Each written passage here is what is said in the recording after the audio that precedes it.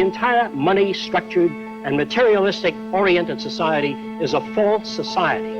Our society will go down in history as the lowest development in man. We have the brains, the know-how, the technology, and the feasibility to build an entirely new civilization.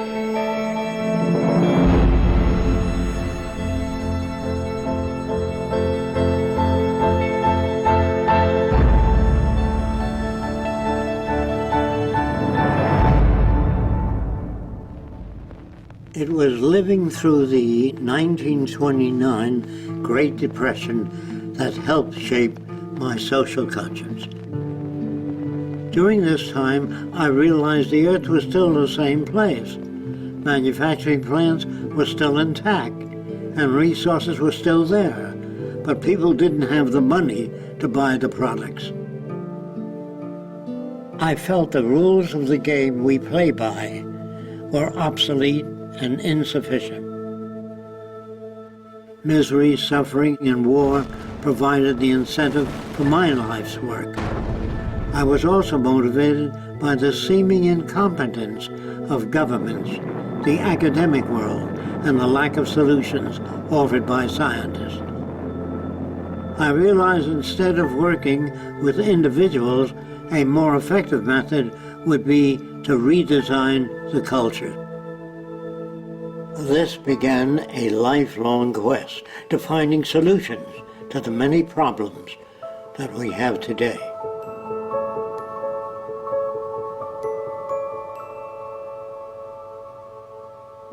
This presentation is a feasible plan for social change that works toward a peaceful and sustainable global civilization where human beings, technology, and nature coexist.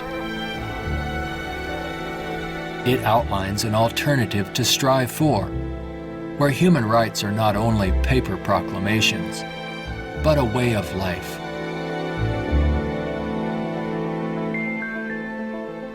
It is called the Venus Project.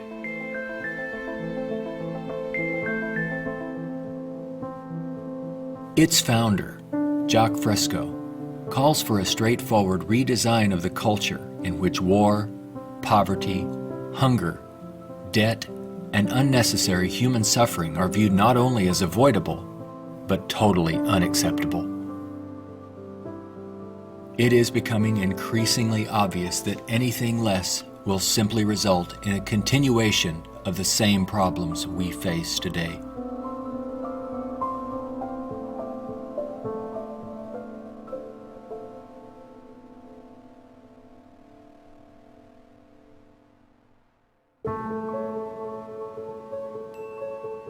The Venus Project's Research Center, constructed by Fresco and Roxanne Meadows, is located in Venus, Florida. It addresses many of the root causes of our difficulties. But what are the real origins of our problems?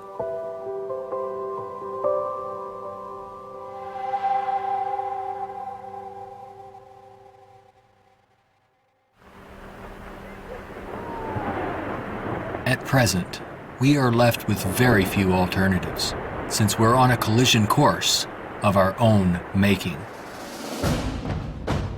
Answers from yesterday are no longer relevant.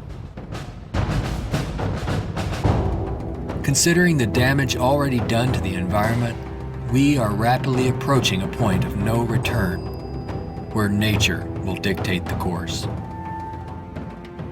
Either we continue as we have, with outmoded social customs and habits of thought, thereby threatening our future. Or we apply a more appropriate set of values, relevant to a sustainable society, with more opportunity and freedoms. Americans have been conditioned in their kind of society to get a different kind of car next year, to buy a new television set or a tape recorder. We are radical as hell. But our political and social institutions have not changed. And this is where we are stagnating, because we always equate any new idea with communism or regimentation, because we've been brought up to fear that which is new. None of the world's economic systems, socialism, communism, fascism, or the free enterprise system have eliminated the problems of elitism, nationalism, racism, and most of all, scarcity. These are all based primarily on economic disparity. When money is used to regulate and distribute resources for profit, and people and nations are out for themselves, they will seek advantage at any cost. They do this by maintaining a competitive edge, or through military intervention. War represents the supreme failure of nations to resolve their differences. From a strictly pragmatic standpoint, it is the most inefficient waste of lives and resources ever conceived. Most wars are for the control of resources and maintaining your position of differential advantage. They're not based on the dignity of man. They're not based on elevating human beings. It might elevate the human beings in the country that's the victor. It might do that. But as far as the rest of the world goes, the price is enormous. This crude and violent attempt to resolve international differences takes on even more ominous overtones with the advent of computerized nuclear delivery systems and deadly biological and chemical weapons.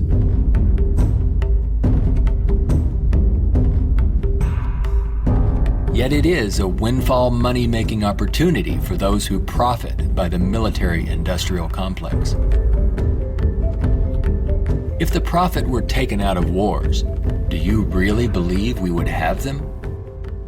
If they draft you into the army to serve this country, you put up your life for this country, they should draft all the war industries. Every cannon maker, machine gun maker, automobiles, jeeps, warships, all drafted, so that on the same basis of pay as the army. Then it's real. But if you make millions selling warships, machine guns to the army, then it's corrupt. I would, if I had my way, if we had millions of men in the army, I'd send them to school to become problem solvers, how to get along with other nations. That's what we have to do, not kill. When soldiers are just killing machines, they're trained to kill. I would train them to be able to go to Mexico and bridge the difference, and go to the Arab world, see if they can bridge the difference. So bring them all together, all the nations. War is not the only form of violence imposed upon people. There is also hunger, poverty, homelessness, and unemployment. The acceptance of these conditions as expressive of human nature is a myth used to keep things as they are.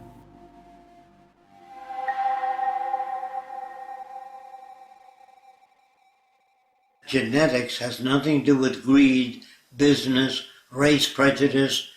All of the operant systems in any society are part of your education, the books you read, the role models you follow, and the people you admire. The genes have nothing to do except with the color of your eyes, the shape of your nose, perhaps inherited features.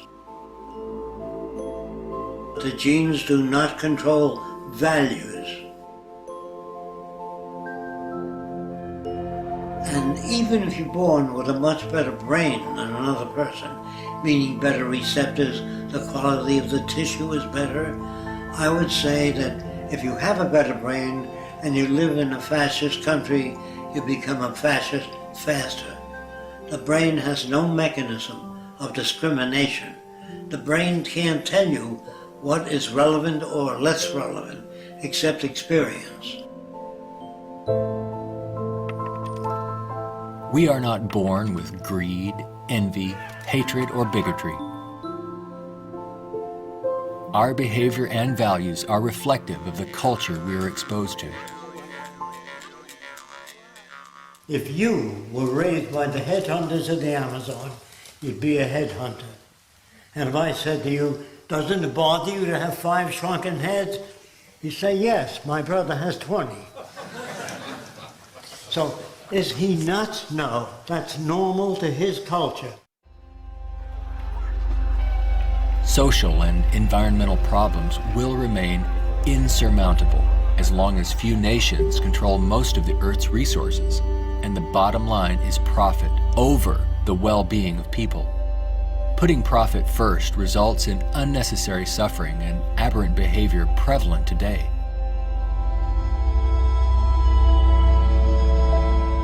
Many people feel that we need the rule of law to eliminate our problems. We have many laws, thousands upon thousands of them, but they are constantly being broken. Paper proclamations and treaties do not alter the facts of scarcity, deprivation, and insecurity. You can predict the shape of the future and the values if you know the trends of events in the ocean pollution, the scarcity of arable land. If you watch that degrading system grow, I can predict the riots and killing and assassination. In other words, human behavior is really generated by the surrounding environment. If there's a scarcity, say, of water, it is prized, and its price is high. Let's discuss scarcity as a system. Suppose it rained gold for about 3 days, gold dust. People would go out and shovel it in, fill the cellars, the attic, every drawer in the house. They'd throw out their clothing. If the rain kept up for a year, so the gold was all over the place, people would sweep it out of the house, take their rings off, throw them away, and so human behavior undergoes change to that condition. There's only a policeman in front of something that people have need for and don't have access to. So you put a guard there. But if lemon trees or orange trees and apple trees grew all over the place, you couldn't sell it. If you landed on an island that was so abundant with resources, you had 10 people, there were 1,000 fish for every person if you wanted it. There were 10 times the amount of bread, fruit, and bananas. Money would not come into existence. Private property would not come into existence.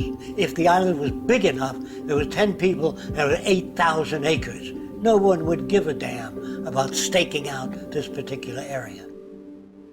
There are patterns of behavior that promote survival. There are social conditions that change our values and outlook. No one can write a constitution of required behavior without consulting the environment. So we'd better take care of the environment, we'd better take care of one another, and we'd better educate people to the highest possible levels of our ability in order to have a society. Even a peace treaty cannot prevent another war if the underlying causes are not dealt with. Maybe what is needed are ethical people in government who will work towards everyone's well-being. But even if the most ethical people were elected to high positions and we ran out of resources, there would still be lying, cheating, stealing, and corruption. It's not ethical people that are needed, but rather a way of intelligently managing the Earth's resources for everyone's well-being.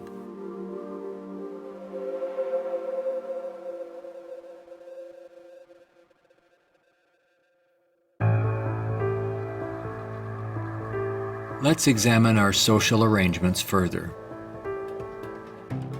To maintain our economy, products must continuously be sold.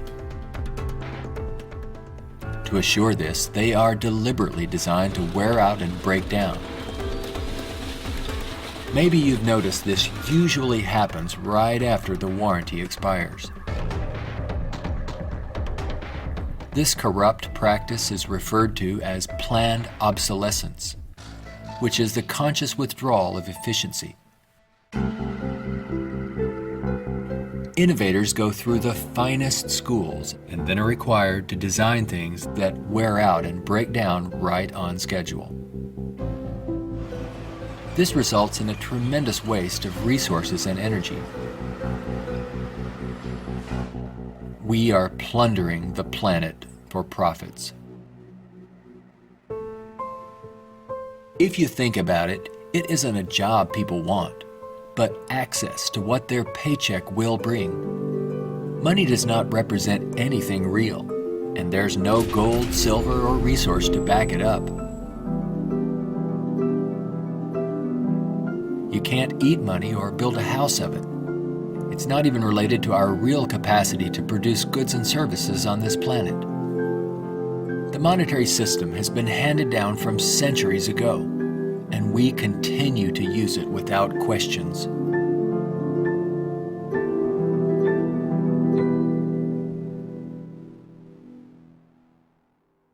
This system will keep installing more and more automation, cutting down on the purchasing power of the majority of people. There will come a time called the Gaussian curve, where employment is that, production is this, and purchasing power is that. The system stops. Banks fail, nothing works anymore. We're moving in that direction very rapidly. We have finally gotten to a place in 2011 where it's becoming obvious that the machine has beaten the man. We're incredibly productive with far fewer people. We are more productive. We are more productive as an economy than ever before. An iPad app can do more less than workers. 4 people. Just that there are fewer jobs. The jobs that do exist now can have lower wages because of obvious reasons. A lot of people looking for a small number of jobs. The wages go down. That has huge impacts on the middle class and ripples out from there. We're moving towards social collapse. I think this is going to happen all over the world, not just here. And it doesn't require the overthrow of the government. It just requires that you let it alone. It'll overthrow itself. If you control the media, you can calm people down. But if the majority keeps getting laid off, they don't have purchasing power, the system collapses. It doesn't work anymore. They invade. It's already happening. This country is already insoluble. They're going to have difficulty with national security, paying pension people. They've spent far beyond what they already have. Now, all they can do now is create debt, borrow more and more money from banks. We also want to show you a rather grim sign of our times. It's not far from here in Midtown Manhattan. The national debt has grown too large for the national debt clock. It went up back in 1989 when the nation's debt was less than $3 trillion. The debt has been piling up so fast lately they had to drop the dollar sign to make room for an extra digit as the number turned over to more than $10 trillion now and counting every second. A whole new clock with 2 extra spaces will go up next year. The federal government is not allowed to print money. It's not allowed to lend money or get in the banking business. That is a privilege for bankers only. So what the government has to do if they want to build an air force, say, of 2,000 planes a month, they have to borrow money from a private lending institution, sign the dotted line, and if the war is lost or failed, the burden falls on the public to pay off that debt.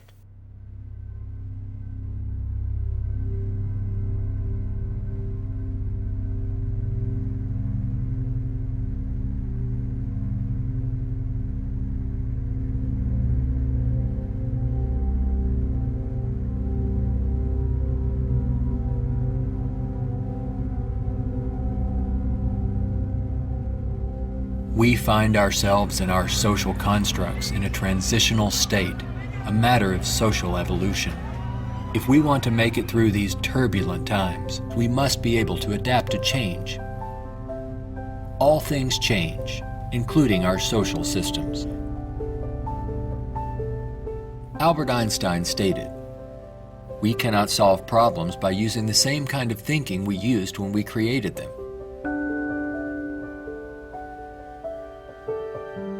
Earth is still abundant with resources. Our practice of rationing resources through monetary control is no longer relevant and is actually counterproductive to our very survival. Today, we have highly advanced technologies, but our social and economic system has not kept up with our technological capabilities, which could otherwise easily create a world of abundance for all, free of servitude and debt. How can this be possible? There is not enough money to feed or house all people on this planet, let alone accomplish these more ambitious ends. But Earth has more than enough resources to meet the needs of all people, but only if managed intelligently.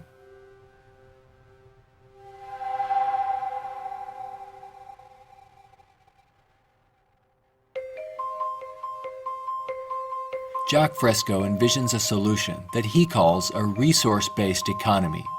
It is a socio-economic system in which all goods and services are available to everyone, without the use of money, barter, credit, debt, or servitude of any kind.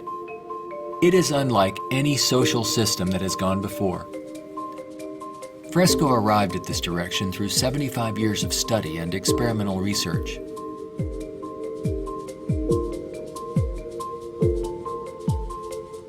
A resource-based economy operates on the basis of available resources and makes those resources available to every human being on earth, free of charge, without a price tag. So we have today more than enough resources to build a far more advanced society. I'm not talking about limited handouts so that people just get by. I'm talking about a very advanced civilization. We have the resources, we have the technology, all we have to do is apply it. One of the main aspects of the Venus Project is to eliminate scarcity. This is where the technology comes into play. Because if we set up a resource-based economy and some things are scarce, it won't work. If you set up a resource-based economy in a society that has no resources, it won't work. So today with our technology, we can make things available. We can eliminate scarcity. We can create an abundance. As long as we can create that abundance, that will eliminate greed and selfishness and a lot of crime and a lot of aberrant behavior. A social system can be designed so that all can live fully and constructively if the powers of science and technology are directed toward human and environmental concern and overcoming the artificial scarcities of our debt-based monetary systems. All people, regardless of political philosophy, social customs, or religious differences, ultimately depend upon the same resources: clean air and water, arable land, medical care, and a relevant education. I think if you pledge allegiance to the earth and everyone on it, that'd be the way to go for the future. The human species is a single family, and the world is home to everyone. Neither nations nor people can coexist separately any longer. No more separate nations, so anyone can go anywhere. Before the states joined together, they used to stake out their territory. They used to fight. They had militias. They would fight. This is our territory. Oh no, you're intruding. When all the states joined together, the government worked out the lines of the states and they agreed, and that was the end of territorial disputes. If you want the end of war, you must declare the earth common heritage.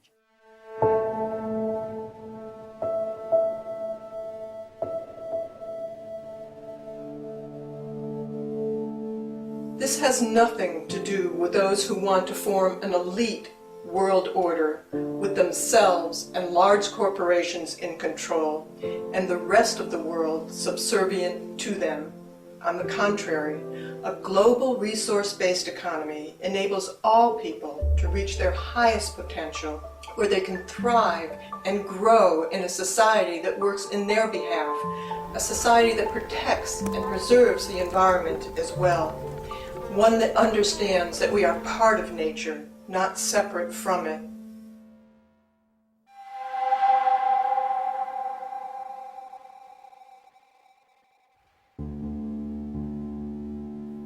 Some question what would happen to incentive if needs were met without our having to work to attain them. The question assumes humans have no desires beyond basic needs. If that were true, there would be no inventors, writers, or teachers. People work with passion on the things that interest and challenge them. Let's enable all people to have the opportunity to partake in the greatest challenge one can have, improving our world for everyone. Individuality will be emphasized rather than uniformity. This social arrangement will generate a new incentive system that values the protection of the environment and social concern, rather than the shallow, self-centered goals of wealth, property, and power. It does not call for uniformity. It absolutely calls for diversity. The more diverse people are, the more individuality. So we emphasize individuality, creativity, innovativeness. This is the essentials of the design. It is not a group of scientists telling people what to do, how to live, where to go, what to follow. Motivation and incentive exist when people have meaningful tasks. True growth and development occur when people are involved in creative, challenging, and constructive endeavors. However, motivation and incentive die in the daily grind of boring and repetitive jobs required to earn a paycheck. If you hand out things to people, if you fed them and clothed them and housed them free, they're not going to work in the morning because they don't need it. They got their housing, clothing, motion pictures, and entertainment. Well, why go to work? Work is painful, it's monotonous, it's boring. In the future, if people have access to all their needs, but they don't have any challenges, this is where it goes to pot. So people constantly are challenged by new things. In our schools, we challenge them with many things that are not solved and many unresolved problems. If you're well-fed and well-clothed, that doesn't stop your brain from working. That would mean that every millionaire does nothing and is turned off because he got all the means. That's not true. There are many millionaires that work 18 hours a day and don't have enough time. It has to do with your background and your education. The more you know about oceanography, astronomy, and all that, the more interest, the more alive you are. And if you're just given food, clothing, and shelter, now you can go to work. You don't have to worry about making a living, which your incentive would be boosted considerably. So I call that a new and innovative incentive system. It's not monetary oriented, it's problem solving oriented. And you get your kicks out of seeing the world become a better place.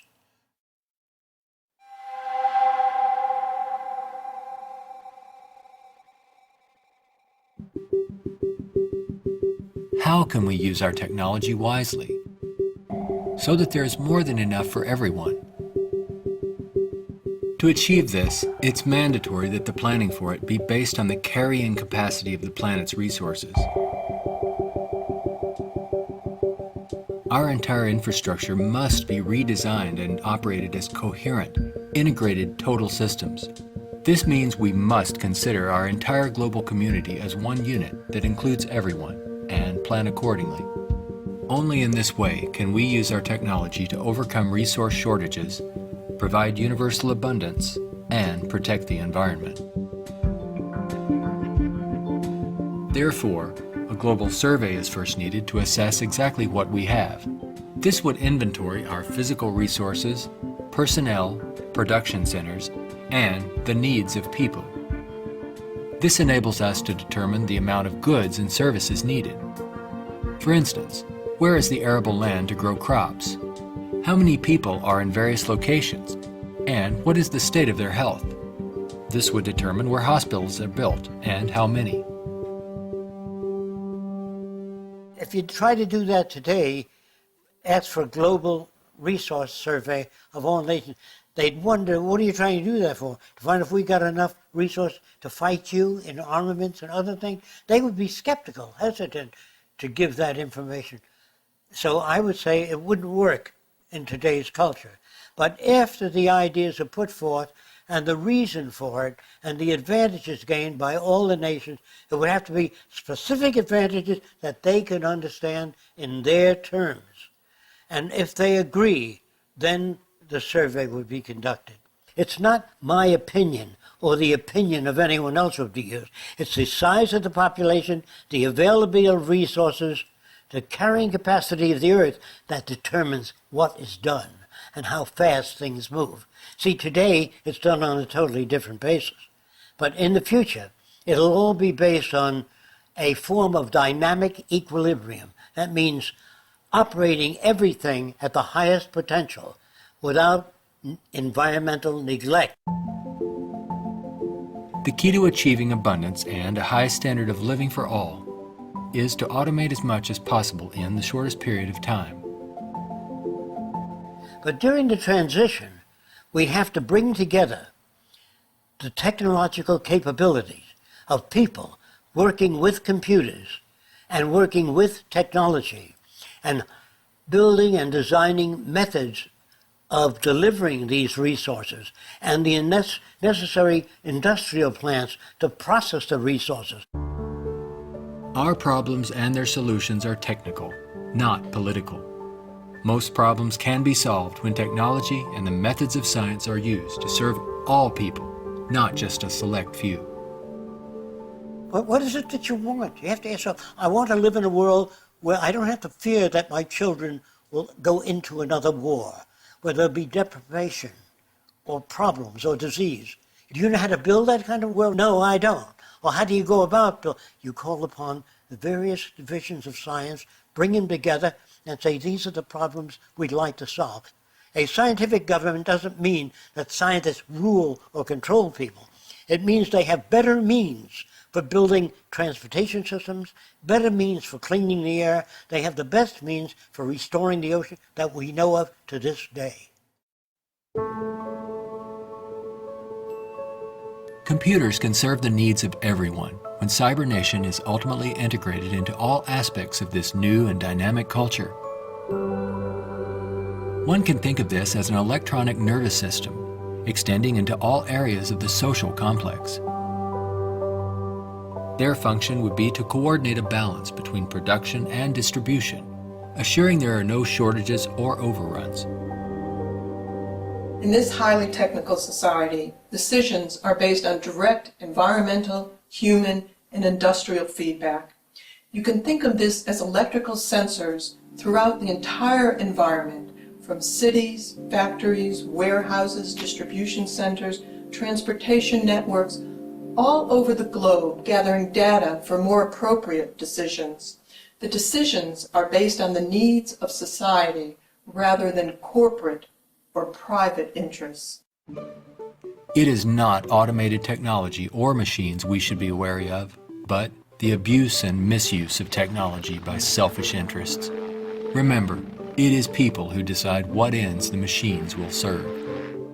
If technology does not liberate all people for the pursuit of higher aspirations and human achievement, then all its technological potential will be meaningless. You always do a positive and negative study before you engage in the actual reconstruction of an environment.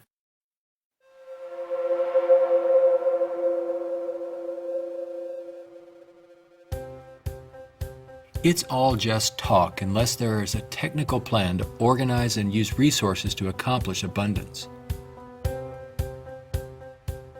What follows are some of the many approaches the Venus Project provides for the entire social spectrum.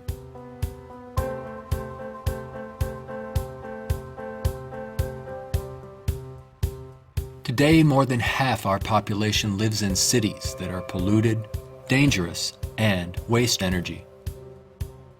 What we have to do is design a city as a living system, as an organism, as a university, that all of the cities of the future will be university cities that grow, that continue to exchange ideas. The city will have a built-in transportation system, so there are no accidents and no unthought out areas of technology. Medicine, botany, agriculture, the total system, one planning system. It is actually better to build newer cities from the ground up than to restore and maintain old ones. Fresco uses a systems approach to designing new cities. They're desirable and pleasant places to live.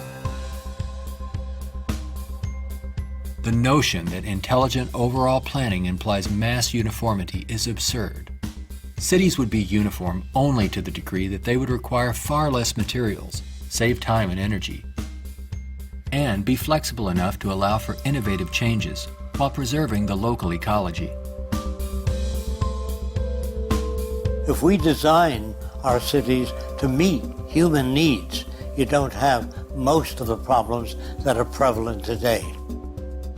In the Central Dome, you have childcare, schools, dental care, medical care.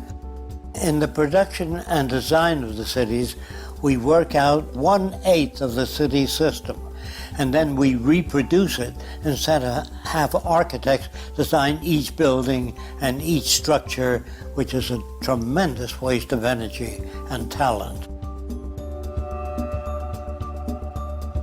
When working on solving the housing problem for all the world's people, construction techniques would be vastly different from those employed today.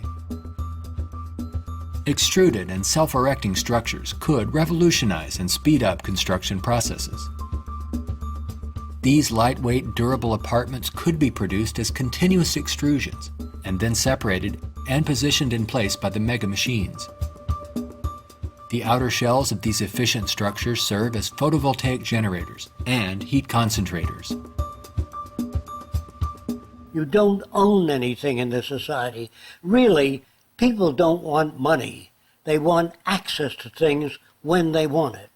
And people in a society of abundance, having access to things, will really no longer begin to store and accumulate things. We recycle it, update it, make it better. Take the same materials of an old car, weighs just as much as a new car, so there are no old cars. Old cars mean danger.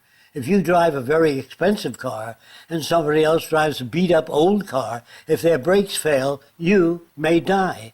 We don't want any old cars on the highway. We don't want anything that breaks down.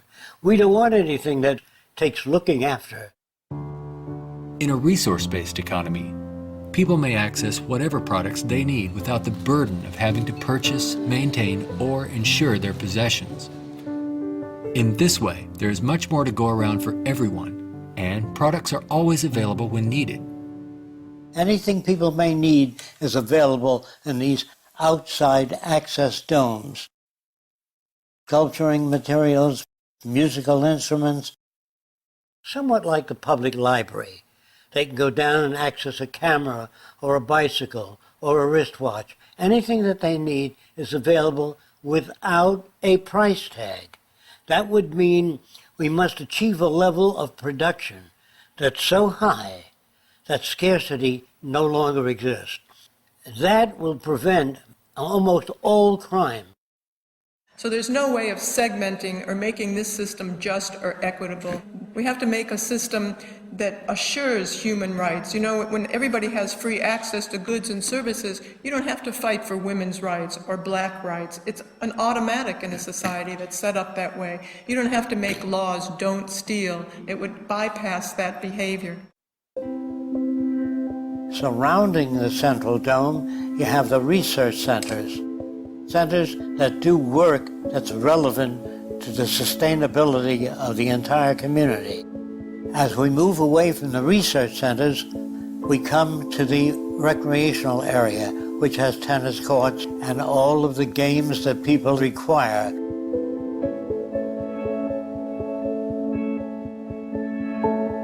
As we move away from that, we come to the residential district. There are streams, waterfalls, lakes throughout the area.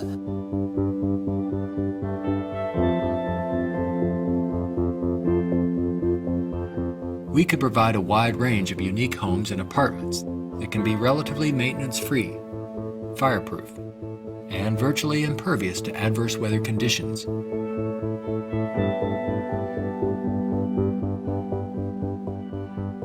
As we move to the next sector, we come to apartments. The reason some people want to live in apartments is because you have drama groups, you have gymnasiums, medical care, dental care, everything is built in to the central towers. I feel that in the future, people will move away from individual houses and live in larger complexes. As we move outward, we come to the indoor agriculture or hydroponic farms. Then there's also outdoor agriculture.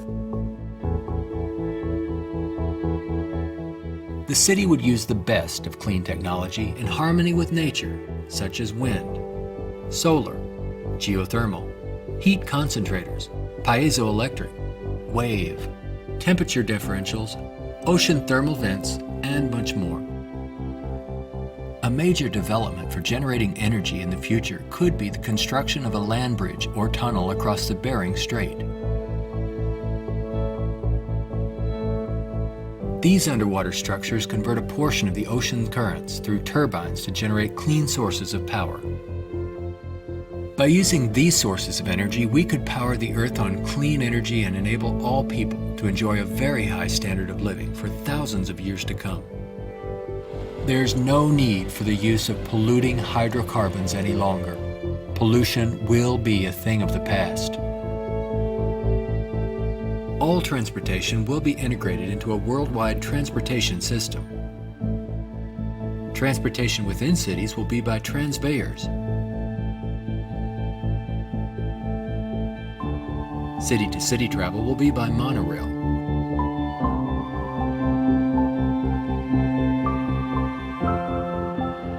Maglev trains are utilized for long-distance travel.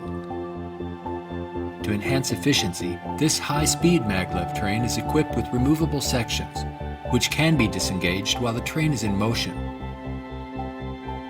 Aircraft will display a wide range of configurations. These VTOL aircraft, or vertical takeoff and landing, are used to transport passengers and freight. The priority is safety rather than saving money or dealing with the lowest bidder.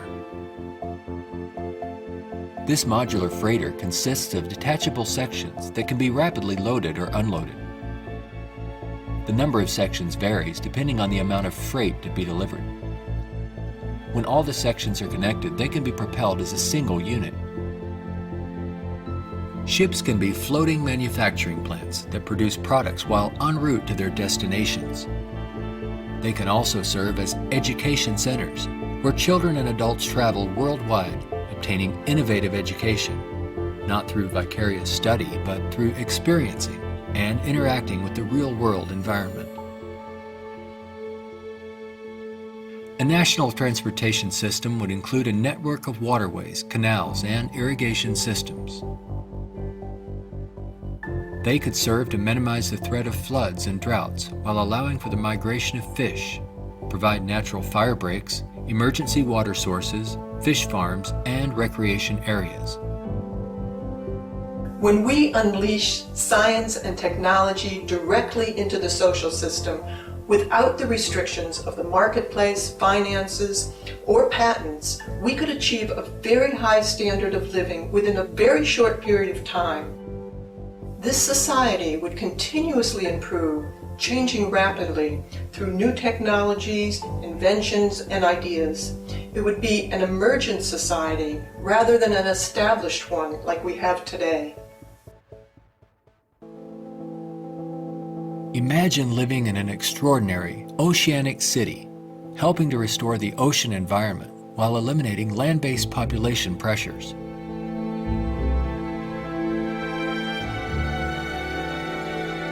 These cities in the sea may serve as universities and research centers where students study marine sciences.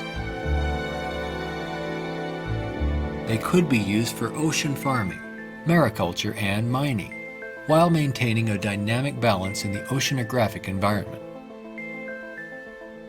Self-sufficient cities in the sea vary in design depending on their location and function. This undersea observation station permits people to view marine life in its natural habitat.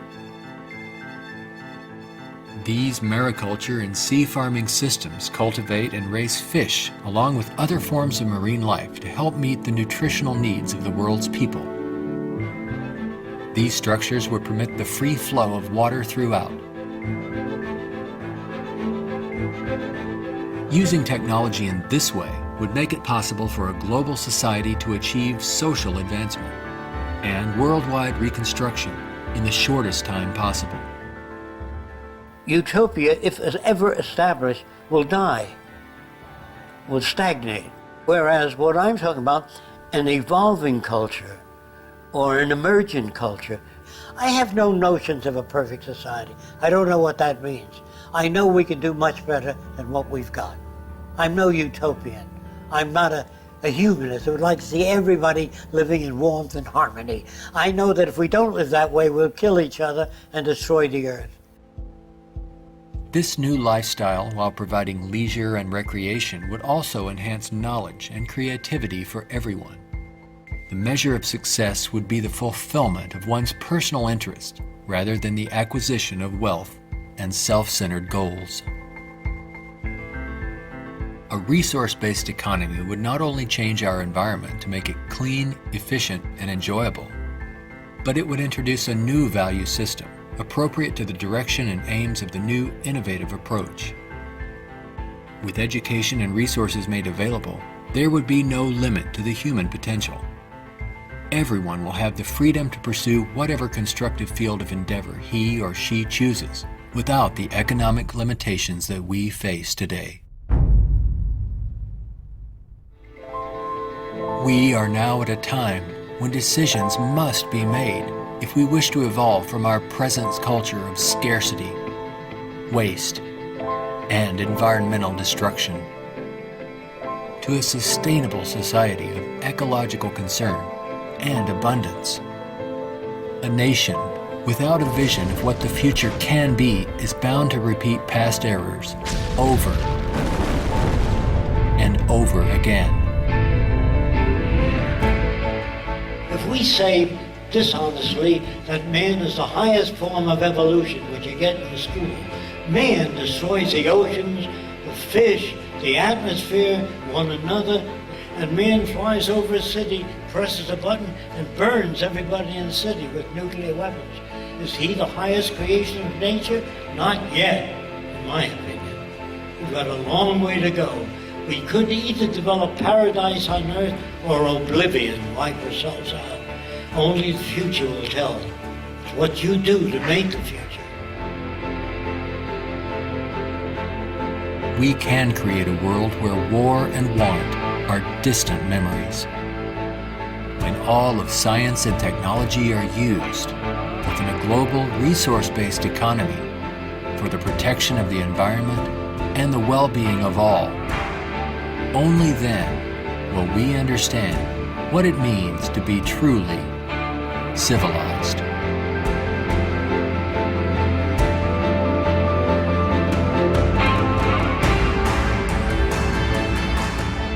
Be a part of the growing community of people working toward making the aims of the Venus Project a reality.